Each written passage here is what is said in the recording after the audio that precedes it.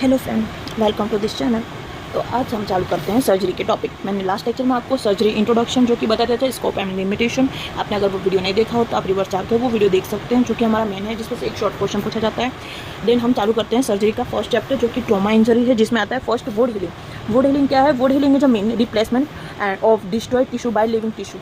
मतलब स्किन का living tissue जो होता है उसका रिप्लेसमेंट या डिस्ट्रॉय ऑफ द टिश्यू, वो होता है वुड हीलिंग। ठीक है, कोर्स जो कि ट्रॉमा की वजह से, फिजिकल, केमिकल, माइक्रोबायोलॉजिकल एजेंट की वजह से, इस्टेमिया या फिर ऑक्सीजन, इस्टेमिया मतलब ऑक्सीजन कमी होने की वजह से होता है, जिसमें रीजनरेशन होता है। Regeneration mean replacement of the loss of tissue by the tissue. एक टिश्यू जो लॉस हो चुका है उसे टिश्यू के द्वारा फिर से बनाया जाता है, वो होता है regeneration. Repair mean replacement of loss tissue by the granular tissue follow by the fibrosis shear tissue, जिसके द्वारा फिर से रिपेयर होता है। देन इसके टाइप कितने होते हैं? इसके 4 टाइप होते हैं। प्लीज़ इसे ध्यान से पढ़े, जो कि लॉन्ग क्वेश्चन में पूछा जाता है, 10 मार्क्स में पूछा जाता है। ट्रॉमा इंजरी के जो हमारा फर्स्ट चैप्टर है ट्रॉमा इंजरी, उसके अंदर हमारा एक लॉन्ग क्वेश्चन, एक शॉर्ट क्वेश्चन पूछा जाता है और एक एमसीक्यू, 2 एमसीक्यू आते हैं। ओके, तो हमें इसे ध्यान से पढ़ना है। देन टाइप्स क्या आता है? Incised wound, lacerated wound, penetrative wound, cross wound. Incised wound में क्या आता है, जो कि हमने लास्ट ईयर एफएमटी में पढ़ा था। इनसाइड वुड मतलब किसी भी शार्प निप से या फिर किसी ग्लास से लग जाता है, उसको हम इनसाइड वुड होता है, तो अंदर से थोड़ा कट लग जाता है, उसको बोलते हैं स्किन को कट लगता है। थोड़ा ब्लड लॉस नहीं होता, बट थोड़ा सा होता है। मतलब किसी पिन के द्वारा या फिर किसी निफ के द्वारा, ग्लास के द्वारा कटिंग होता है, उसको बोलते हैं स्किन कट होता है, उसको बोलते हैं इनसाइड वुड, जो कि incised close by the primary sutures, जो कि प्राइमरी सूचर एक्सप्लोर विद इन 6 आवर के अंदर बंद हो जाता है। लेसरेटेड वुड, ऐसे तो ब्लड तो पहले ही बंद हो जाता है थोड़ी देर में, बट जो उसका स्किन होता है वो क्लोज होने में 6 आवर लगता है। ठीक है। देन सेकंड हमारा है लेसरेटेड वुड, जो कि रोड एक्सीडेंट की वजह से होता है। लेसरेटेड वुड जो कि हमने पढ़ा था एफएमटी में, जो कि झजड एजेड जैसे मतलब निचोड़ा हुआ टाइप में होता है। पेनेट्रेटिंग वुड, जो कि depth is more in penetrate, जो कि मोर दिखता है एंड डेप्थ तक लगा होता है। ठीक है। देन हमारा लास्ट टाइप है क्रॉसेड वुड। क्रॉसेड वुड जो कि क्या है? Occurred due to industrial road traffic.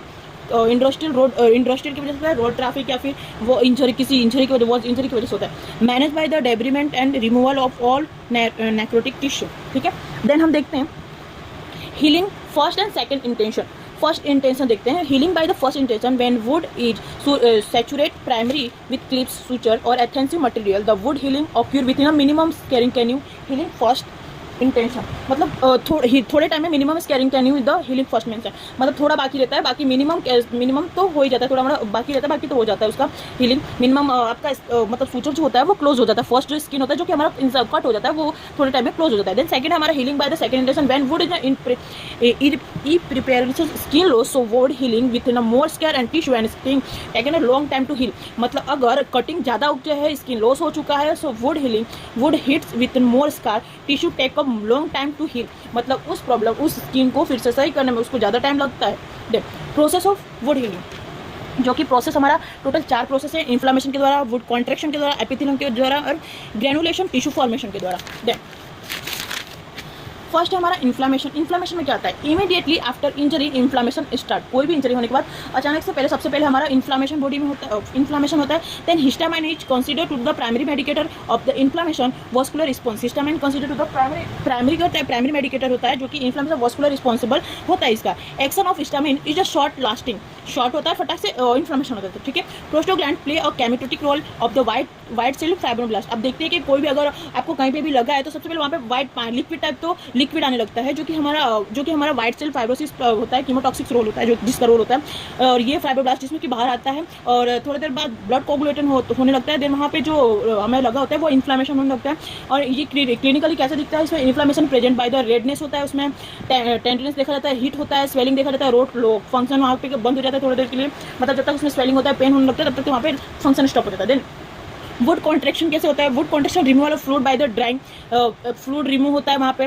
Then वहाँ पे जो स्किन होता है वो ड्राई हो जाता है, देन उसकी वजह से कॉन्ट्रैक्शन होता है, कॉन्ट्रैक्शन की वजह से collagen, then contraction of granular tissue होता है। देन एपिथेलियलाइजेशन, मार्जिनल बेसल से लॉस देयर फ्रेम अटैचमेंट, मतलब जो सेल टच में होता है वो लॉस हो जाता है टू द अंडरलाइन डर्मिस, अंदर तक लॉस हो जाता है। विद इन 48 आवर्स में एंटायर वुड इज री एपिथेलियम, मतलब 48 आवर्स में फिर से वो सही हो जाता है, जो कि एंटायर री एपिथेलियमाइजेशन हो जाता है। ग्रेनुलर टिश्यू फॉर्मेशन कैसे होता है? जो कि hematoma within a wound is replaced by the granulation tissue with which consist of new capillaries and fibroblasts के help से। Then complication of wound healing, इसमें कौन कौन से कॉम्प्लिकेशन होते हैं हम ये देख लें। देखिए, इन्फांटेशन सिस्ट होता है, देन पेनफुल स्कार्स होता है, पेनफुल होता है, सिस्टाइजेशन होता है, केलॉइड फॉर्मेशन, नियोप्लाज्मिया बनता है, जो कि नियोप्लाज्मिया हम लास्ट ईयर पढ़े थे, नियोप्लाज्मिया, देन न्यू ग्रोथ जिसको बोलते हैं, सेल ग्रोथ जिसको बोलते हैं, वो होता है नियोप्लाज्मा, ठीक है। इंसिजन हर्निया हो जाता है कभी कभार। Then factor influencing wound healing, कौन कौन से फैक्टर, इसमें तो मेनली 2 फैक्टर होते हैं, general factor and local factor.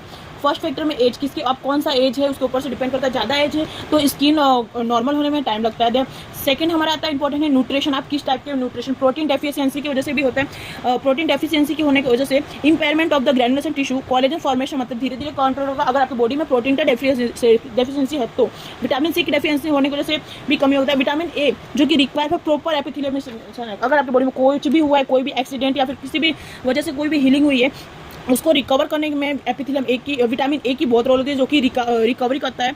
And हमारा जो कि जिंक, कैल्शियम, कॉपर, मैग्नीशियम, इसकी भी जरूरत होती है। हार्मोन जो कि कॉर्टिकोस्टेरॉइड जो है, इस हार्मोन की भी बहुत रिक्वायरमेंट होती है हमारे फिर से वुड हीलिंग को रिपेयर करने में। Then condition delay wound healing, किस वजह से हमारा जो वुड हीलिंग का रिपेयर काम है, रिकवरिंग उसका स्लो होता है। डिले होने का कारण है एनीमिया अगर आपको हुआ है, यूरिनेमिया होता है, जॉन्डिस हुआ है, डायबिटीज़ है, ब्लड डायजेरिया है, मैलिग्नेंट डिसीज है, साइटोटॉक्सिक ड्रग है, उसकी वजह से धीरे होता है, डिले होता है रिपेयर करने में। Then local factor, position of wound healing, हमारा लोकल फैक्टर क्या है, किस पोजीशन में आपका मतलब कौन से टाइप, मतलब आपके बॉडी का नहीं बोल रही हूँ, आपके जहाँ पे भी लगा है वो किस पोजीशन में हुआ है, वो मतलब कहीं अगर उल्टे सीधे हाथ में, उसकी वजह से भी कभी कभार पोजीशन स्किन वुड हीलिंग की वजह से होता है, जिसमें skin would paralysis of line of longer heat faster, जो कि अगर सीधा लगा हुआ है, आपको पैरेलली है, तो काफ़ी गरम हीट टाइप तक फील होगा आपको।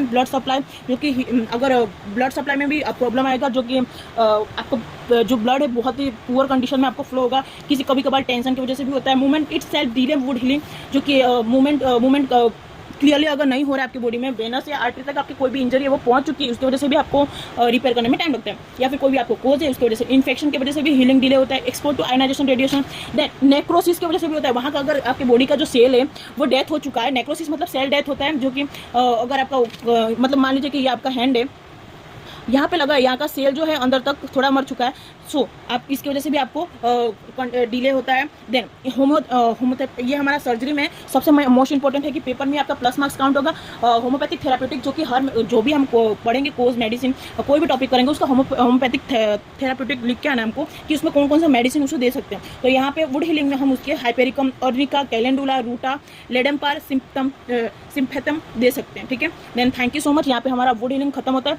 देन नेक्स्ट है हमारा शॉक, जो हम जल्दी वीडियो अपलोड करेंगे। Thank you so much. आपको कोई भी डाउट हो तो प्लीज़ कमेंट मी, एंड हम आपको अगर इसका फोटो चाहिए देन या फिर PDF चाहिए तो यू कैन कमेंट मी, मैं आपको सेंड कर दूँगी। Thank you so much.